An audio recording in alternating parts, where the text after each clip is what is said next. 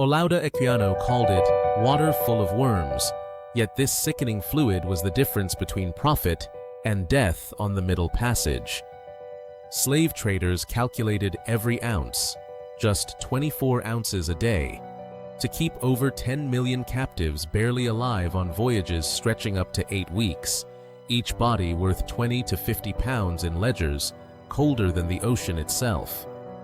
But the true story of how enslaved people got drinking water on slave ships is far more twisted than simple cruelty or neglect. And across barrels, blueprints, and desperate hands, survival played out drop by drop. Why did millions perish while others endured? The answers beneath the decks reveal a system built on numbers, rot, and control. Ledgers from the era of the Atlantic slave trade reveal a world in which human life was reduced to arithmetic. Every ship that left Liverpool or Nantes for the African coast carried not just shackles and trade goods, but detailed account books, profit tables with columns for bodies, ounces, and pounds sterling. The value assigned to each captive was chillingly precise. A healthy adult, once landed in the Americas, could bring between 20 and 50 pounds. For a ship carrying 400 people, the expected profit was calculated before the anchor even left the harbor. Water, on these voyages, was not simply a necessity. It was a line item, measured and rationed with the same cold logic as iron or tobacco. The daily water allowance per captive was set at 24 ounces, 2 small cups, barely enough to keep a person alive in the stifling darkness below deck. This figure appears again and again in ship manifests and provisioning records, not as a guideline for health, but as a survival minimum designed to protect the investment. The ledgers did not record thirst or suffering, but they did track loss. Every death at sea subtracted directly from the expected return. Blueprints of slave ships reveal the spatial logic of this calculus.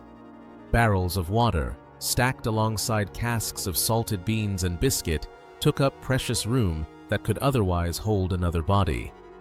The more barrels loaded, the fewer captives could be chained below. Ship owners and captains weighed these choices in pounds and shillings, not in lives. Trader manuals from the period spelled out the arithmetic. Calculate the minimum amount of water needed for the projected voyage, factor in the average death rate, and adjust cargo accordingly. The cost of an extra barrel was measured against the odds of delivering one more person alive to market. The economic logic extended to the labor itself.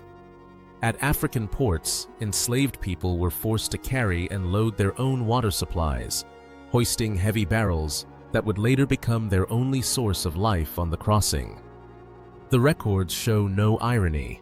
The calculations continued, indifferent to the human hands that made them possible.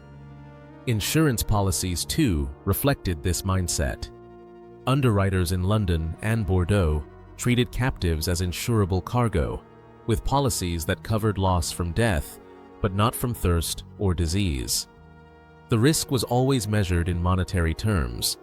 Within these ledgers, the horror of the Middle Passage becomes a matter of margins. Each ounce of water rationed, each barrel stowed or left behind, was a decision made in pursuit of profit. The numbers tell a story of survival reduced to a formula, where the line between life and death was drawn by the ink of a merchant's pen.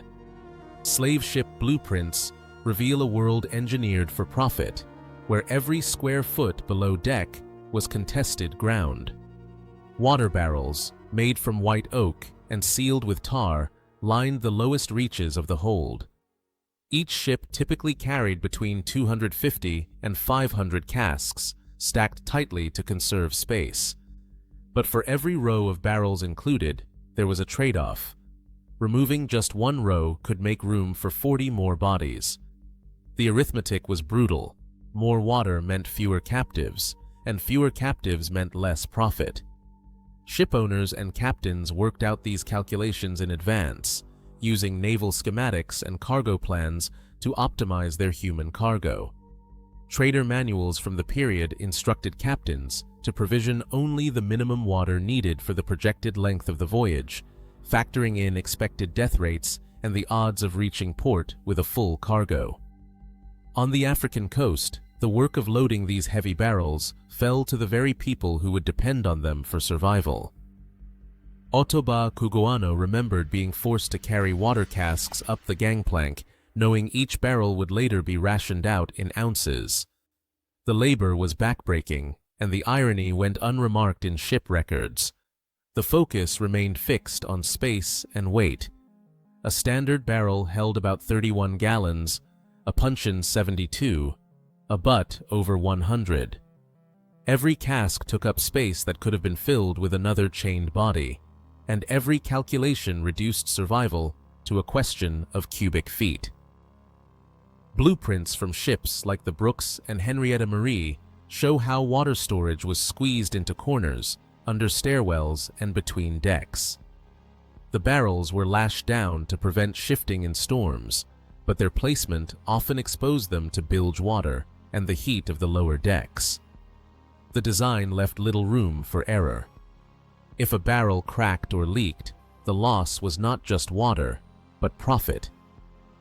The risk of spoilage was weighed against the cost of carrying extra supplies. Manuals advised captains to keep just enough water for the planned journey, with a small margin for delays, but never enough to jeopardize the number of captives on board. The mathematics of space extended beyond the hold. Deck heights were reduced to maximize capacity, creating suffocating conditions below.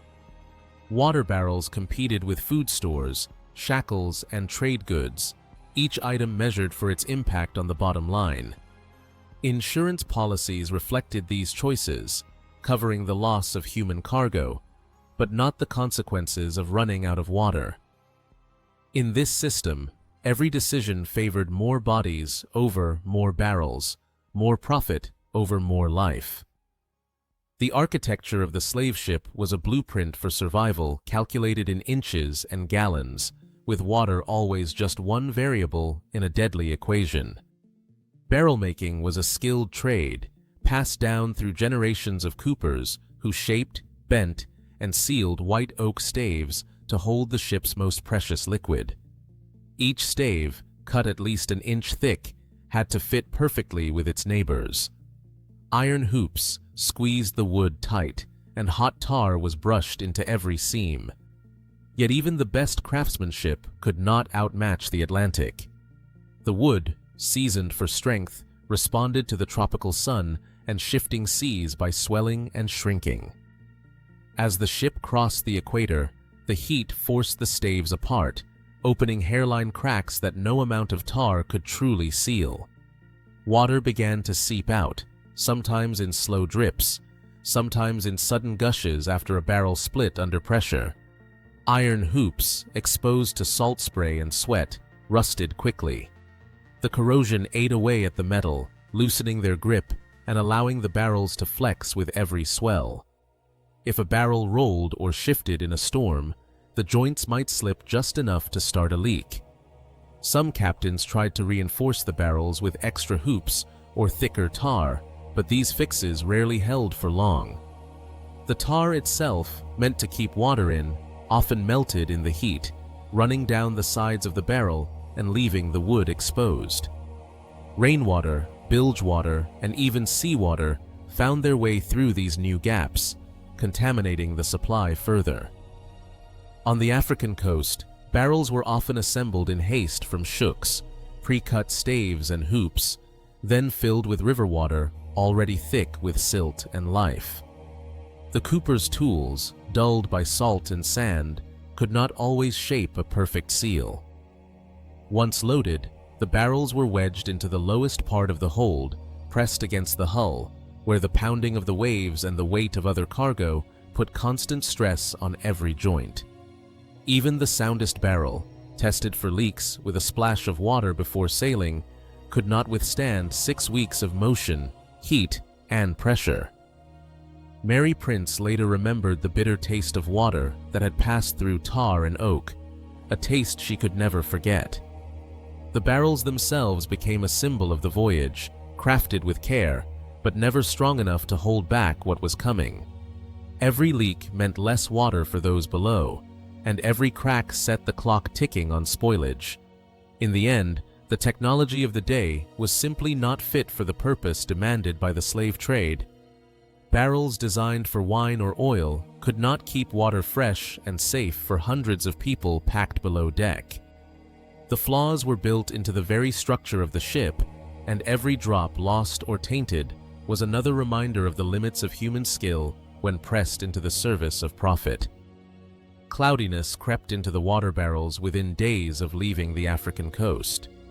The first week brought a faint haze and a metallic tang as the fresh river water absorbed tannins from the oak and traces of tar from the seams.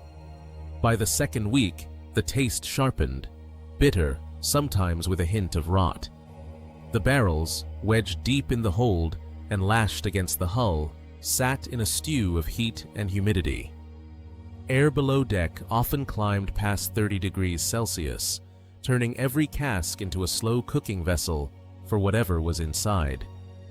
By the third week, a green film began to swirl in the buckets. Algae bloomed in the darkness, feeding on whatever sunlight filtered through the cracks and the nutrients carried from African rivers. Some barrels grew a layer of slime so thick it clung to the ladles. Iquiano remembered water that was full of worms, and ship surgeons noted the same. Thread-like creatures writhing in the rations, impossible to filter out with the cloths sometimes used by the crew. The water, once clear, now carried the stench of decay and a texture that stuck to the tongue. Week 4 marked a turning point. The water thickened, sometimes described as honey-like in consistency, heavy with suspended matter and crawling with visible life. Any attempt at purification, adding vinegar, squeezing in lime juice, or mixing in rum, only masked the taste for a moment. The underlying foulness remained.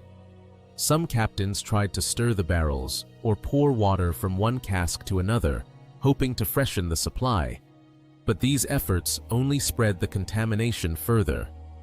The barrels themselves, sweating in the heat, began to leak, letting in brine from the bilge and salt from the ocean spray. Even the best sealed casks could not keep out the relentless intrusion of filth and salt. Disease followed the spoilage. By the end of the first month, waterborne parasites had seeded the holds with dysentery. Surgeons recorded the rapid spread of flux, bloody diarrhea that left the floors slick and the air unbreathable. The cycle was unbreakable. Contaminated water caused illness, illness demanded more water, and the only relief came from the very source of the sickness. Children suffered most, their bodies unable to withstand the double assault of dehydration and infection. Crew logs noted that by the 5th week, even the healthiest captives showed signs of weakness, sunken eyes, cracked lips, confusion, and despair. The final weeks brought desperation. Some captives refused their rations, unable to force down the thick, foul liquid. Others fought for the first dip of the bucket, hoping to avoid the worst of the sediment. In rare moments of rain, hands reached through the grates to catch a few drops, prized above all else. The barrels, once a symbol of survival, became markers of time, a slow countdown from cloudiness to worms, from bitterness to death. Every day, the water grew heavier, and the hope of relief faded with each ladle drawn from the bottom of the cask. At dawn, the deck bell signaled the beginning of a ritual that shaped every day aboard the slave ship. The crew assembled with buckets and dippers, their movements practiced and precise. Enslaved Africans, chained and exhausted, were marched up in groups of 10. Each group was given exactly 5 minutes, no more, no less, to receive their water rations. The logbooks recorded these timings with cold regularity: 5 a.m., 5 p.m., every day without fail. The water, ladled out by a crewman, was measured to the ounce. 8 ounces per person per session, poured into a small tin or wooden cup known as a pannikin.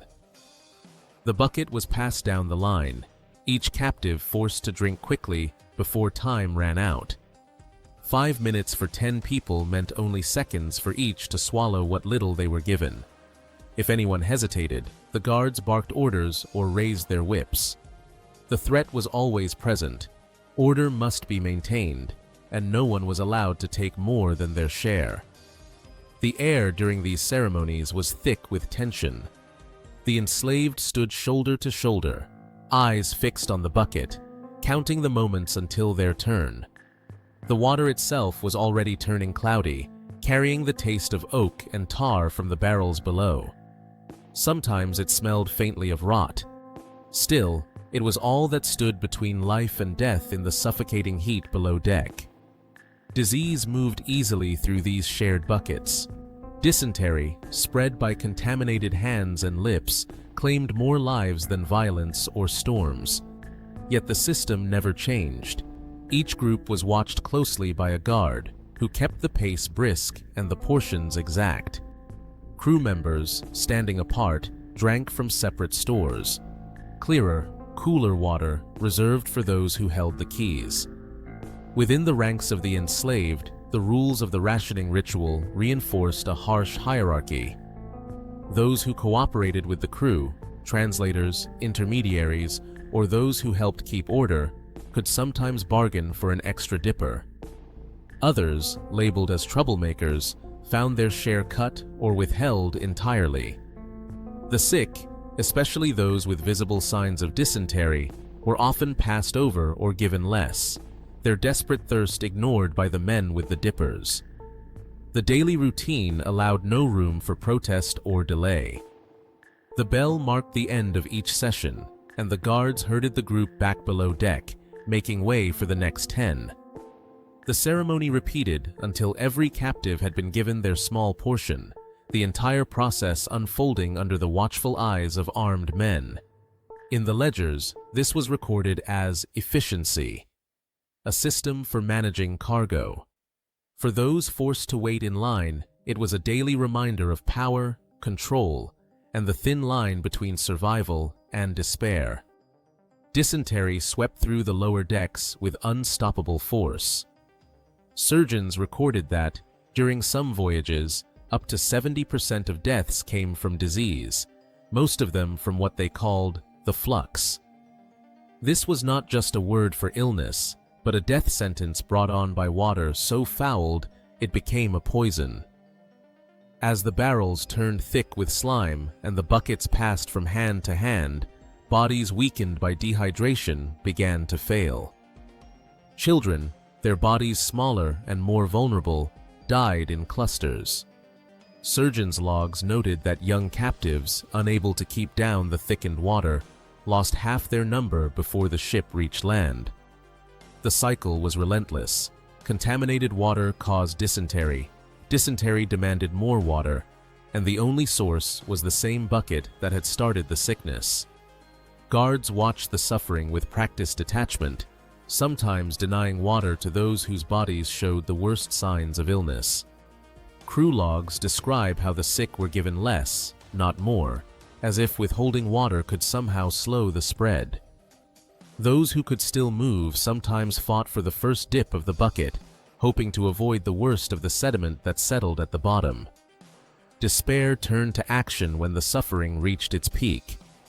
In 1732, as a violent storm battered the ship and rain hammered the deck, a group of captives saw a chance for life. Testimonies from the period describe how, as the crew scrambled to secure the sails, anonymous leaders among the enslaved broke from the routine. Hands reached through the grates, desperate to catch rainwater running down the planks. Some managed to fill makeshift cups, soaking their clothing in the downpour and wringing it out for a few precious drops. For a moment, the normal order dissolved. Guards, distracted by the storm, lost control as captives fought for the clean rainwater, risking punishment for a taste of what the barrels could not provide. Resistance flared in other forms too. There were attempts to sabotage the crew's supplies, stories of barrels found emptied or tainted, though records seldom name those responsible. Secret networks formed below deck, with those who had managed to catch extra water sharing it in whispers, risking beatings if discovered. Children, often overlooked by the crew, sometimes became messengers, passing mouthfuls of rainwater or the last drops from a hidden cup between shackled adults. The crew responded with violence and deprivation. Those suspected of organizing resistance or hoarding water were singled out, their rations cut or denied entirely. Yet the pattern repeated. As disease claimed more lives and as hope faded, the will to defy the system grew stronger. Even in the face of overwhelming control, the enslaved found ways to fight for survival, sometimes in open revolt, sometimes in small acts of sharing that kept one more person alive for another day.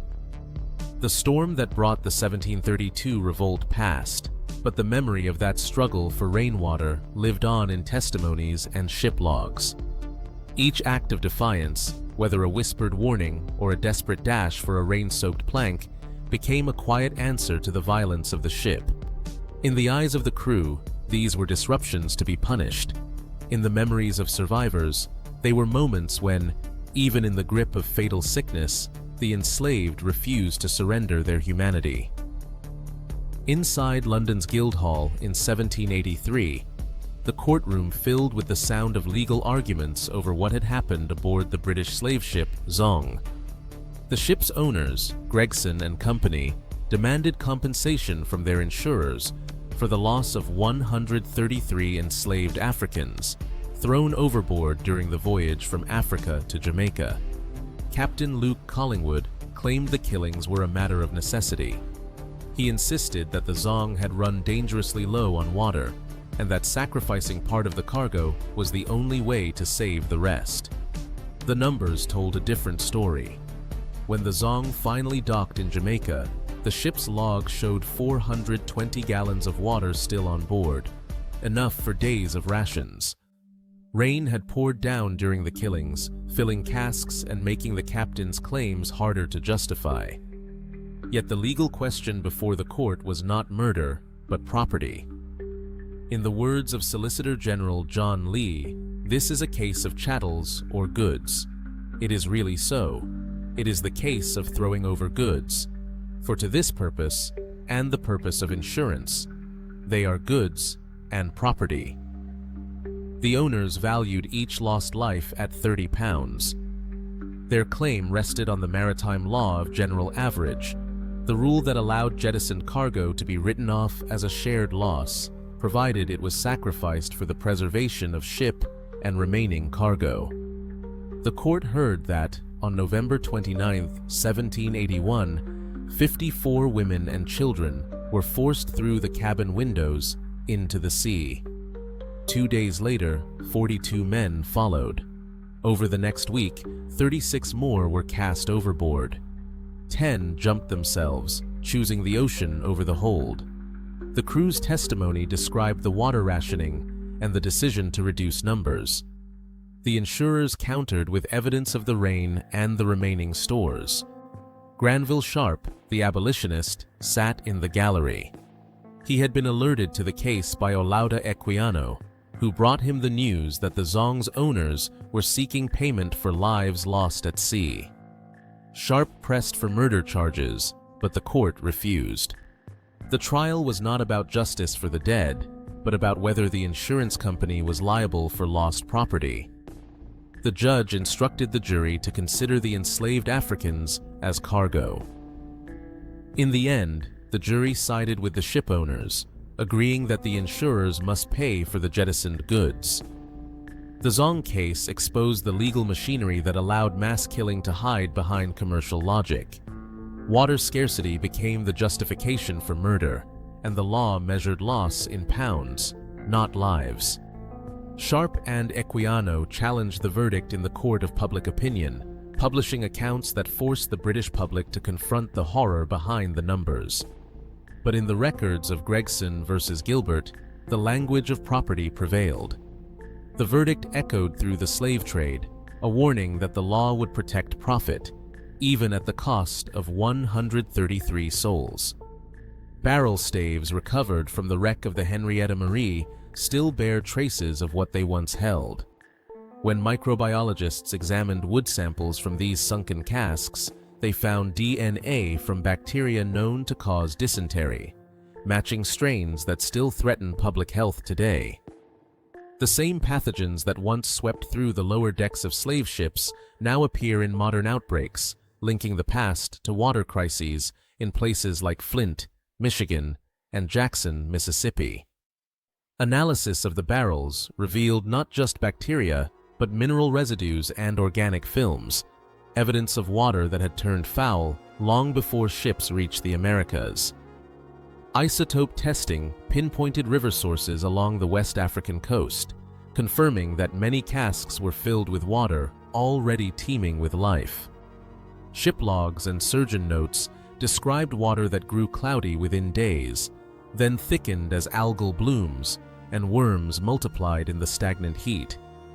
By the third week at sea, the water was often undrinkable, but rationing continued. The cycle of contamination and disease that began in those barrels echoes in the chronic water insecurity faced by millions today. Public health researchers have traced the same types of dysentery and waterborne parasites from 18th century shipwrecks to present-day outbreaks in under-resourced communities. The pattern is clear. When water is rationed, neglected, or left to stagnate, disease follows. Activists working on water justice issues point to this legacy, arguing that access to clean water remains a basic human right, not a privilege. The lessons from the Middle Passage are written in both bone and bacteria. Skeletons recovered from shipwrecks show signs of kidney damage and bone loss, markers of chronic dehydration that match medical findings in communities still battling unsafe water. The science confirms what survivor voices have always said: contaminated water kills, and the systems that allow it to happen are not relics of the past. The microbial fingerprints left in the wood of slave ship barrels now serve as silent witnesses, bridging centuries of struggle over the right to drink safely. For researchers and activists, these findings are not just historical curiosities. They are calls to action, reminders that the fight for clean water is unfinished business. On the Middle Passage, enslaved Africans were given just 24 ounces of water per day. Documents show this ration, barely enough to survive, was calculated for profit, not humanity. Ship blueprints and trader manuals reveal how barrels of water competed with bodies for space, while court records like Gregson versus Gilbert expose a legal system that treated people as cargo.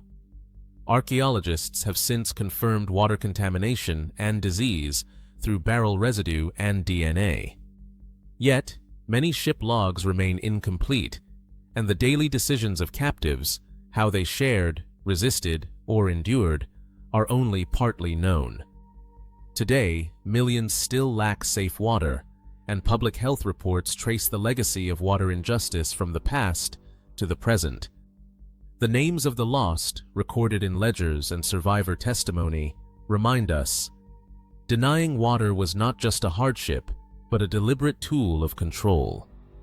This history, preserved in evidence and memory, still shapes the struggle for dignity